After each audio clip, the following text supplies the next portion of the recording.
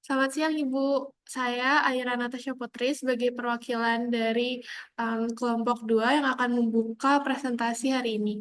Jadi kelompok kita akan membahas mengenai materi fungsi manajemen personalia dan yang akan mempresentasikan materi hari ini ada saya, Aira Natasha Putri, dan rekan saya, Niluh Putu Sintia Cahaya Devi. Materi yang pertama akan disampaikan oleh teman saya.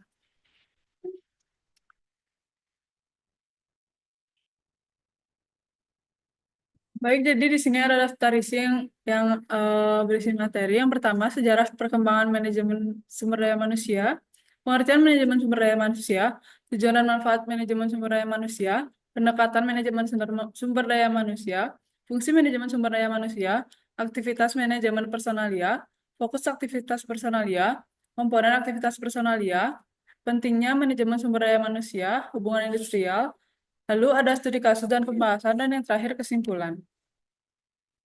Baik, materi pertama yaitu sejarah perkembangan manajemen sumber daya manusia atau MSDM.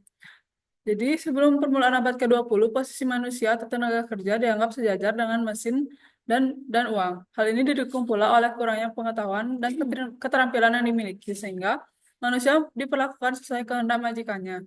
Namun, seiring berjalannya waktu, perhatian pada sumber daya manusia meningkat karena beberapa faktor, yaitu perkembangan teori manajemen ilmiah dari Taylor, kekurangan tenaga kerja saat Perang Dunia I, kemajuan serikat pekerja, intervensi pemerintah pada hubungan kerja, dan depresi besar pada tahun 1930. Di Indonesia, masalah sumber daya manusia baru dimulai diperhatikan lebih serius pada tahun 1970-an. Hal ini dibuktikan dengan munculnya Undang-Undang tentang Tenaga Kerja, Peraturan Upah Minimum, dan Kesejahteraan Pegawai. Selanjutnya, pengertian sumber daya manusia. Pengertian sumber daya manusia ini dibagi menjadi dua perspektif, yaitu perspektif makro dan perspektif mikro.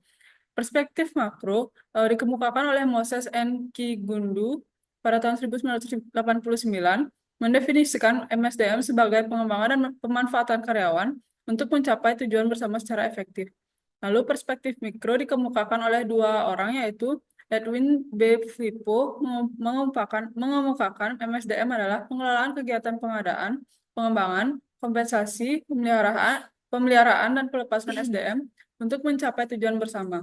Lalu yang kedua, Wendell Franz mengemukakan MSDM adalah proses penarikan, seleksi, pengembangan, penggunaan, dan pemeliharaan SDM oleh organisasi. Jadi, manajemen sumber daya manusia adalah kegiatan seleksi, pengembangan, pemeliharaan, dan pemanfaatan SDM untuk mencapai tujuan organisasi. Lalu materi selanjutnya yaitu tujuan dari manajemen sumber daya manusia.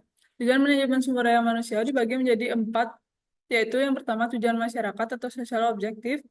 Ini berarti manajemen sumber daya manusia menekankan tanggung jawab sosial organisasi terhadap kebutuhan dan tantangan yang dihadapi oleh masyarakat.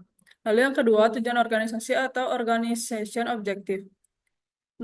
Ini mengoptimalkan peran MSDM dan memastikan sumber daya manusia dikelola dengan baik untuk mencapai efisiensi, efektivitas, dan tujuan bersama. Lalu, tujuan yang ketiga yaitu tujuan fungsi atau fungsional objektif. Ini memastikan setiap bagian sumber daya manusia berkontribusi optimal dalam melaksanakan tugasnya. Lalu yang terakhir yaitu tujuan personal atau personal objektif. Tujuan personal membantu karyawan mencapai tujuan pribadi mereka, yang pada akhirnya mendukung keberhasilan organisasi dengan menciptakan lingkungan kerja yang produktif dan harmonis. Lalu materi selanjutnya yaitu manfaat dari sumber daya manusia, yaitu ada peningkatan efisiensi, peningkatan efektivitas, peningkatan produktivitas, rendahnya tingkat permintaan karyawan, rendahnya tingkat absensi, kepuasan karyawan meningkat, kualitas pelayanan meningkat, rendahnya komplain dari pelanggan, dan meningkatnya bisnis perusahaan. Lalu materi selanjutnya ada pendekatan MSDM. Pendekatan MSDM dibagi menjadi beberapa, yaitu yang pertama, pendekatan mekanis atau klasik. Ini menganggap tenaga kerja sebagai faktor produksi yang disamakan dengan modal murah, dengan fokus pada upah rendah untuk menekan biaya produksi demi keuntungan perusahaan. Lalu yang kedua, pendekatan paternalisme atau paternalistik. Pendekatan ini memposisikan manajemen sebagai pelindung karyawan dengan tujuan menjaga pekerja agar tidak mencari bantuan dari pihak luar. Lalu yang ketiga ada pendekatan sistem sosial atau human relation.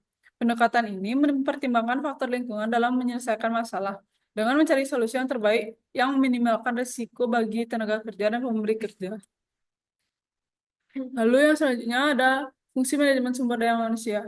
Fungsi manajemen sumber daya manusia dibagi menjadi eh, 6, yaitu yang pertama fungsi pengelolaan tenaga atau rekrutmen. Fungsi ini bertujuan memperoleh tenaga kerja yang sesuai jenis dan jumlahnya dengan kebutuhan unit kerja melalui sistem rekrutmen dan seleksi yang matang. Lalu fungsi yang kedua yaitu fungsi pengembangan atau development. Fungsi ini melibatkan pendidikan dan pelatihan berkelanjutan untuk mendukung pertumbuhan organisasi serta peningkatan kompetensi sumber daya manusia. Lalu yang ketiga ada fungsi kompensasi atau compensation. Fungsi ini berfungsi untuk memberikan balas jasa kepada karyawan, baik berupa uang, penghargaan, dan bentuk gaji tetap untuk meningkatkan kinerja karyawan. Lalu fungsi yang keempat ada fungsi integrasi atau integration. Fungsi ini menyelaraskan kepentingan karyawan dan organisasi guna mencapai kesepakatan dan harmonisasi dalam pelaksanaan kegiatan. Lalu fungsi yang kelima yaitu fungsi pemeliharaan atau maintenance. Fungsi ini menjaga kesejahteraan karyawan melalui jaminan kesehatan dan keselamatan tenaga kerja untuk menciptakan lingkungan kerja yang nyaman. Lalu fungsi yang terakhir ada fungsi pemisahan atau separation. Fungsi ini mengelola proses pemutusan hubungan kerja seperti pensiun dengan mematuhi aturan yang berlaku untuk meminimalkan dampak negatif bagi karyawan dan organisasi. Lalu, materi selanjutnya yaitu aktivitas manajemen personalia. Aktivitas personalia adalah serangkaian proses dan tugas yang dilakukan untuk mengelola tenaga kerja dalam sebuah organisasi. Tujuan utamanya adalah memastikan tenaga kerja dapat bekerja secara efektif, efisien, dan sesuai dengan kebutuhan serta tujuan organisasi. Aktivitas ini tidak hanya berkaitan dengan aspek administratif, tapi juga mencakup aspek strategis yang berfokus pada pengelolaan, pengembangan, dan pemberdayaan sumber daya manusia. Fokus aktivitas personalia itu terbagi menjadi 3. Yang pertama, pengelolaan administratif. Fokus aktivitas personalia yang pertama meliputi tugas-tugas seperti pengelolaan data karyawan, administrasi kepegawaian, dan pemenuhan kewajiban organisasi terhadap tenaga kerja. Lalu yang kedua, pemberdayaan SDM. Ini menitik beratkan pada pengembangan potensi dan kompetensi karyawan agar dapat mendukung kebutuhan organisasi di masa kini dan masa depan. Lalu yang ketiga, pendukung strategis organisasi. Aktivitas personalia dirancang untuk membantu organisasi mencapai tujuan strategisnya dengan memastikan tenaga kerja yang tersedia memiliki kualitas dan kapasitas yang dibutuhkan. Lalu, eh, yang selanjutnya yaitu perencanaan sumber daya manusia. Yang selanjutnya itu komponen aktivitas personalia. Yang pertama ada perencanaan sumber daya manusia. Itu meliputi analisis kebutuhan tenaga kerja sesuai organisasi, mempertimbangkan tren pasar tenaga kerja, demografi, dan teknologi, dan penggunaan HRIS untuk memprediksi kebutuhan tenaga kerja. Lalu yang kedua, rekrutmen dan seleksi. Rekrutmen merupakan mencari kandidat melalui promosi internal atau pengumuman eksternal. Seleksi yaitu memilih kandidat terbaik dengan wawancara, tes psikologi atau simulasi kerja. Lalu yang ketiga, pelatihan dan pengembangan. Pelatihan bertujuan untuk meningkatkan keterampilan spesifik karyawan untuk tugas tertentu. Lalu pengembangan fokus pada peningkatan kompetensi jangka panjang termasuk kepemimpinan. Metode yang digunakan yaitu on-the-job training atau e-learning. Lalu yang keempat ada penilaian kerja. Ini mengevaluasi kinerja melalui KPI atau 360 degree feedback dan identifikasi kebutuhan pelatihan, promosi, atau kenaikan gaji. Lalu yang kelima ada kompensasi dan imbalan. Kompensasi finansial merupakan gaji, bonus, dan tunjangan, sedangkan imbalan non-finansial meliputi pengakuan, peluang pengembangan, dan fleksibilitas kerja. Kombinasi antara kompensasi finansial dan imbalan non-finansial itu bertujuan untuk meningkatkan motivasi dan retensi karyawan. Lalu materi selanjutnya ada pentingnya manajemen sumber daya manusia. Eh, Pentingnya manajemen sumber daya manusia dibagi menjadi 6 perspektif, yaitu yang pertama perspektif politik. Ini berarti MSDM sebagai aset terpenting bagi organisasi karena sumber daya manusia yang berkualitas dan terdidik berkontribusi signifikan terhadap keberhasilan organisasi. Lalu yang kedua ada perspektif ekonomi. Ini berarti MSDM tetap diperlukan sebagai faktor penting dalam mencapai kepentingan ekonomi meskipun sudah terdapat teknologi yang canggih. Lalu yang ketiga ada perspektif hukum. MSDM sebagai pengatur hubungan antara organisasi dan anggotanya dengan menyeimbangkan hak dan kewajiban untuk mencegah dampak negatif. Lalu yang keempat ada perspektif sosiokultural. MSDM menekankan pentingnya harkat dan martabat manusia dalam konteks pekerjaan, di mana individu mencapai kehidupan yang lebih baik melalui kesempatan berkarya. Lalu, perspektif yang kelima yaitu perspektif administrasi. Ini berarti MSDM mengoptimalkan potensi karyawan untuk mencapai kemajuan individu dan keberhasilan organisasi. Lalu yang terakhir ada perspektif teknologi, yaitu MSDM memastikan karyawan dapat mengembangkan keterampilan agar bisa beradaptasi dengan kemajuan teknologi. Oke, materi selanjutnya akan saya jelaskan, yaitu tentang hubungan industrial. Di sini ada definisi hubungan industrial, yaitu hubungan yang terbentuk di antara para pelaku yang terlibat dalam proses produksi. Hubungan industrial em, juga bisa diartikan sebagai konsep yang mengacu pada interaksi antara para pengusaha atau manajemen dan perusahaan dengan para pekerja atau karyawan dalam suatu lingkungan kerja. Jadi hubungan industrial ini memberikan panduan tentang bagaimana pengusaha dan pekerja harus berinteraksi satu sama lain untuk menyelesaikan konflik yang muncul. Konsep hubungan industrial juga mencakup pengaturan perjanjian kerja, penyelesaian sengketa, serta upaya untuk meningkatkan hubungan yang harmonis antara manajemen perusahaan dan para karyawan. Pada akhirnya, tujuan hubungan industrial ini sendiri adalah untuk meningkatkan produktivitas dan kesejahteraan pekerja dan pengusaha. Lalu kita masuk ke prinsip dan sistem dari hubungan industrial. Untuk prinsipnya di sini ada tiga prinsip eh, dari hubungan industrial. Yang pertama ada kepentingan bersama, yakni pengusaha, pekerja, buruh, masyarakat, dan pemerintah eh, pada umumnya sama-sama memiliki kepentingan atas keberhasilan dan keberlangsungan perusahaan. Oleh sebab itu, pengusaha dan pekerja harus mampu melakukan tanggung jawabnya secara maksimal dalam melaksanakan tugas dan fungsinya sehari-hari. Pekerja atau serikat pekerja harus dapat membuang jauh-jauh kesan bahwa perusahaan hanya untuk kepentingan pengusaha. Demikian pula, pengusaha harus menempatkan pekerja sebagai partner dan harus membuang jauh-jauh kesan memperlakukan pekerja hanya sebagai faktor produksi. Lalu prinsip yang kedua, ada kemitraan yang saling menguntungkan. Di sini pekerja atau buruh dan pengusaha sebagai mitra yang saling tergantung dan membutuhkan satu sama lain. Perusahaan merupakan sumber penghasilan bagi banyak orang. Semakin banyak perusahaan yang membuka usaha baru, maka semakin banyak pula kesempatan lapangan kerja yang akan memberikan penghasilan bagi banyak pekerja. Semakin banyak perusahaan yang berhasil meningkatkan produktivitasnya, maka semakin banyak pula pekerja yang meningkat penghasilannya. Dengan demikian, pendapatan nasional akan meningkat dan kesejahteraan masyarakat akan akan meningkat pula. Ini yang dimaksudkan saling menguntungkan bagi segala pihak. Lalu prinsip yang ketiga yaitu hubungan kekeluargaan. Di sini pengusaha dan pekerja merupakan anggota keluarga perusahaan. Sebagaimana pola hubungan sebuah keluarga, maka hubungan antara pengusaha dengan pekerja harus dilandasi sikap saling mengasihi, saling membantu, dan saling mengerti. Pengusaha harus berusaha sejauh mungkin mengetahui kesulitan-kesulitan dan keadaan yang dihadapi oleh pekerja, serta berusaha semaksimal mungkin untuk dapat membantu dan menjadi solusi bagi kesulitannya. Bukan hanya menuntut pekerja tanpa mau tahu segala keadaan dan kondisi yang dihadapi oleh pekerja. Sebaliknya, pekerja juga harus bisa memahami keterbatasan pengusaha apabila muncul permasalahan atau perselisihan antara pengusaha dengan pekerja atau serikat pekerja, hendaknya diselesaikan secara kekeluargaan dan semaksimal mungkin harus dihindari eh, penyelesaian secara bermusuhan. Lalu ada sistem hubungan industrial, ada 5 sistem hubungan industrial. Yang pertama, sistem hubungan industrial atas dasar kegunaan atau utility system. Nah, pada bagian ini, hubungan perburuan diatur sedemikian rupa sehingga kegunaan buruh dapat digunakan sepenuhnya atau berfungsi sepenuhnya. Ada kebijaksanaan full employment of manpower. Buruh diberi upah dan jaminan yang tinggi apabila ia dapat memberikan tenaganya dengan maksimal. Tenaga mereka diperas untuk mencapai produksi yang sebesar-besarnya. Lalu, sistem yang kedua ada sistem hubungan industrial atas dasar demokrasi atau democratic system. Sistem ini mengutamakan konsultasi atau musyawarah antara buruh dan majikan. Jadi segala masalah atau segala eh, hal-hal yang sulit diselesaikan dengan menggunakan musyawarah atau demokrasi. Lalu sistem yang ketiga ada kemanusiaan atau human system. Sistem ini nggak begitu memperhitungkan peningkatan produktivitas dan efisiensi. Sedangkan yang keempat ada sistem hubungan industrial atas dasar komitmen seumur hidup atau lifelong commitment atau lifetime employment. Sistem ini terdapat di Jepang. Buruh cenderung setia kepada majikan, baik perusahaan dalam keadaan untung atau rugi.